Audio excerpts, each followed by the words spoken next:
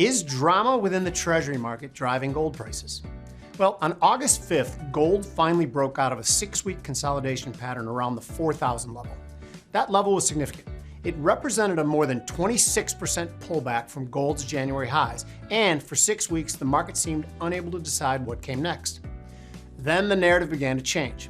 Most important catalyst appeared to be news that the US Treasury had engaged in a coordinated currency intervention with the Bank of Japan to support the yen. The market's interpretation was fascinating. Maybe this wasn't simply an act of goodwill toward Japan.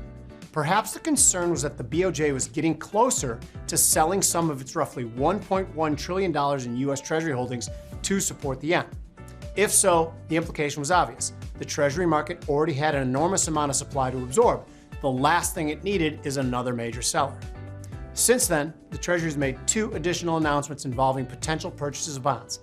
One would be financed through increased sales at the short end, and the other potentially funded by drawing down its roughly $1 trillion cash account. Does this suggest the Treasury believes demand for longer-term bonds is becoming fragile? Well, there may be good reason for that concern.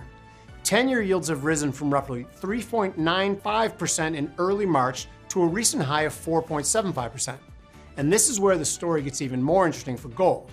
We're also seeing reports that the Chinese central bank is increasing its gold purchases again. Before the Iranian conflict, central bank buying was one of gold's biggest structural tailwinds. Then, as the dollar strengthened, many believed central banks were actually selling gold to support their currencies. Now that buying may be returning.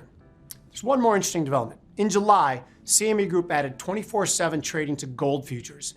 Now that's significant because gold is truly a global commodity and often reacts to catalysts that occur overnight or on weekends. Having a liquid market available around the clock makes it easier to manage risk or express a directional view as news stories develop. Now, if a trader believes that gold will continue higher from here, they could buy the October 1-ounce gold futures contract at 4,665 and target a move back to the March highs of 5,400. A stop for this trade will be placed below at 4,100. Now this trade could make $735 if the target is reached and risks $565 if you're stopped out of your level. Now if a trader believes the gold will fall from here, they could sell that October 1-ounce gold contract at 4,665 and target a move back to the recent lows of 3,985. Now a stop for this trade could be placed above at 5,100. This trade could make $680 if the target is reached and risks $435 if you're stopped out of your level.